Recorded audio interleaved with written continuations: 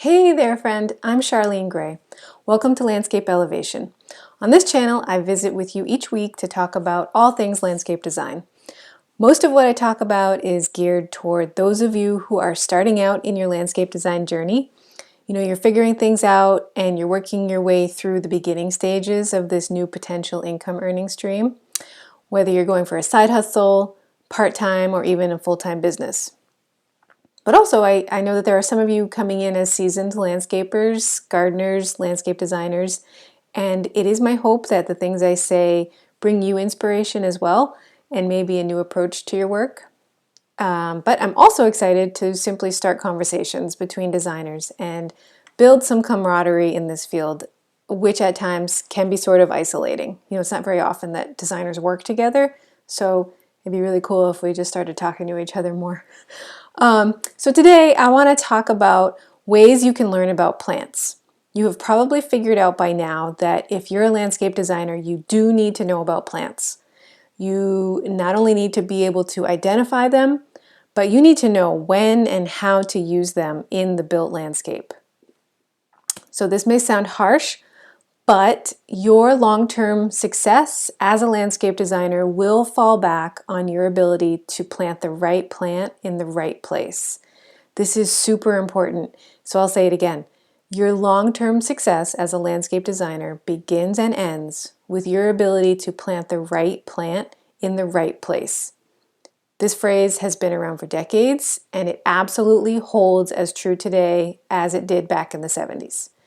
So how can you secure your legacy as a plant-savvy landscape designer? Well, the internet and published garden books are one way, and they can absolutely help you learn about plants through literature, pretty pictures, and other people's opinions, but I would argue that these are not the best way. Books and the internet can be a good starting point to get you headed in the right direction, and they can be good at culminating an ending point by offering affirmations to your own observations. But here's what books and the internet cannot do for you. They can't physically observe the actual site that you need to plant. So think about it. Every internet article and every published garden book was created by someone observing specific conditions in their little corner of the world. You and your project, you are very likely in a different corner of the world than those authors. So for best results, you need to go out and observe the plants that are sold in your area and that actually grow in your little corner of the world. And there are 3 super easy ways to do this. The first way, go visit local nurseries and garden centers. So key word here is local. I am not talking about the garden center section at Home Depot or Walmart. Not only are the staff at these places unlikely to have a clue about caring for the plants in their possession, which is why the plants only look good for about a week after delivery, but the specific species and cultivars sold there might not be guaranteed to thrive in your region. In contrast, locally owned and operated nurseries and garden centers typically care about the plants they're selling.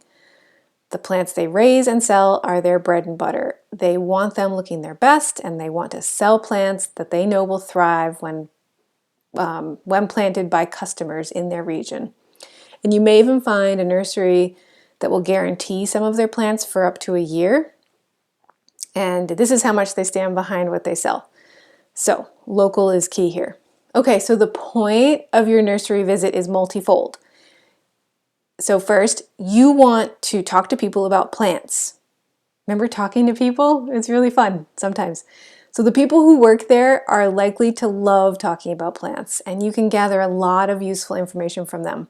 So information like what plants are selling like hotcakes this year? What's their favorite plant and why? Do they do special orders?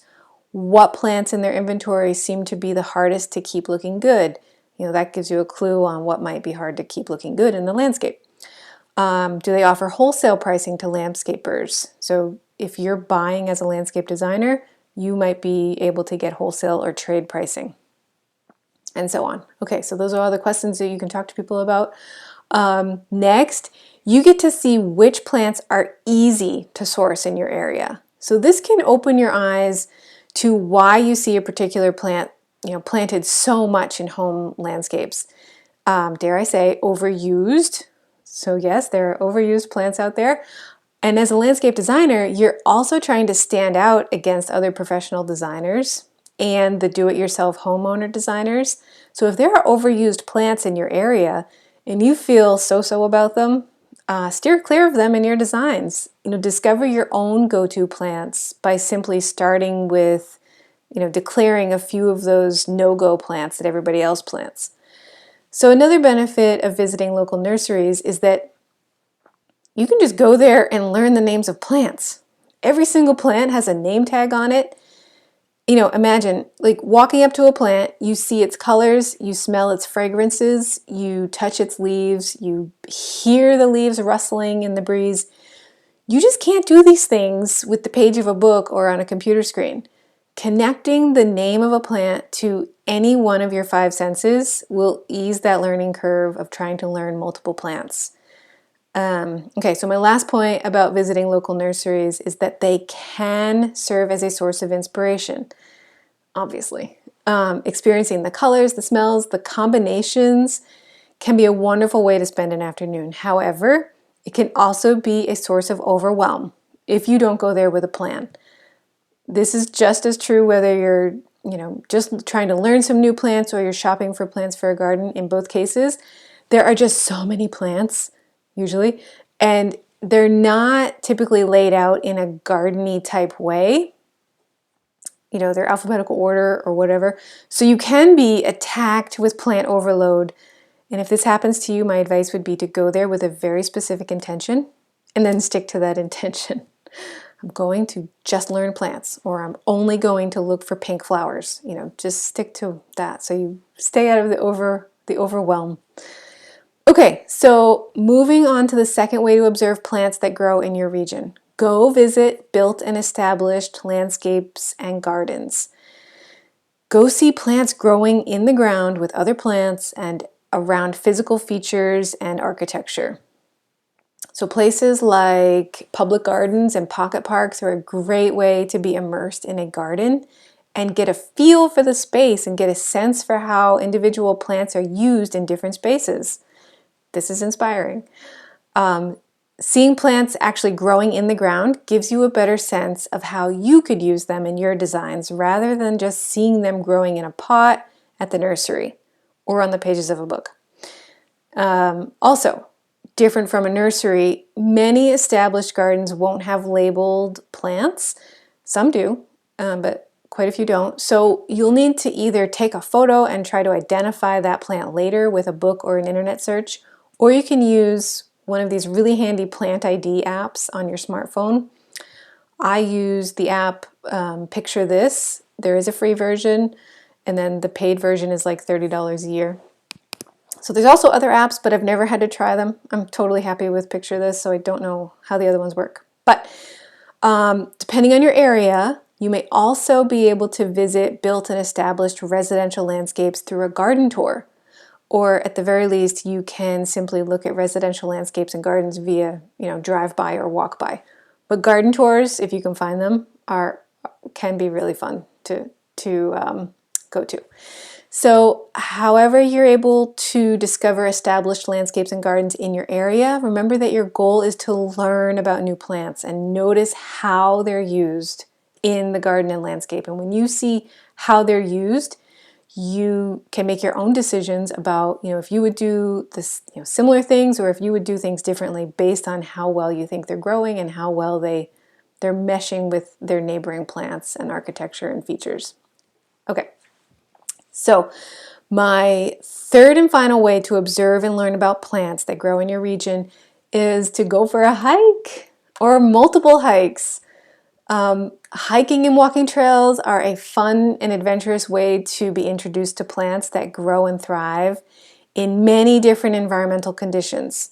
Plus, bonus, you get fresh air and exercise while you're researching. So, depending on your location, you may be able to find trails of varying intensity. So, depending on how much exercise you actually want to get in an afternoon, you might be able to keep it easy, or you could pump up the intensity.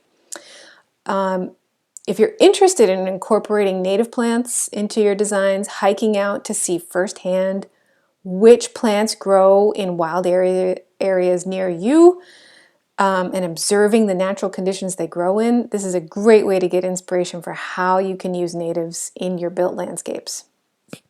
So similar to visiting built and established landscape gardens, you'll want to be equipped with a camera and or a smartphone so you can snap photos of any of those new to you plants, and then either identify them on the trail with your Plant ID app or refer back to your images later when you have your books and your internet handy at home. So state parks, national parks, and local conservation lands usually offer very accessible trails. So finding these places in your area is a great place to start. Just be sure, notice and abide by any rules and recommendations set by whatever the establishment is. And also be sure to visit these areas in different seasons. You'll notice different plants and their different attributes during different times of the year, which can be really amazing. And you learn a lot. So that's all I have for you today. So quickly recap, books and the internet can be great resources for learning about plants, but they don't take the place of you observing potential plants to use in your designs in person. And there are 3 easy ways you can learn about and observe new plants in person to increase your plant knowledge and your legacy as an amazing landscape designer. And they are: visit local nurseries and garden centers,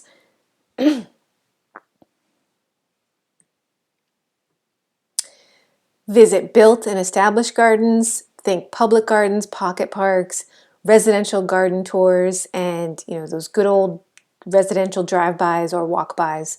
And then third, go for hikes. Find trails in nearby state and national parks, and also within local land trusts and conservation lands. So thank you so much for watching Landscape Elevation, and if you like what you're hearing in this video, you may find value in the free guide I've made, which is 16 pages of walking you through getting started on the design process. So the link is below and it is completely free. Also, I love hearing from folks in the landscape design community. If you're a landscape designer or a beginning landscape designer and you have questions or a conversation to start, please share them in the comments. So thank you again and take care. See you next time.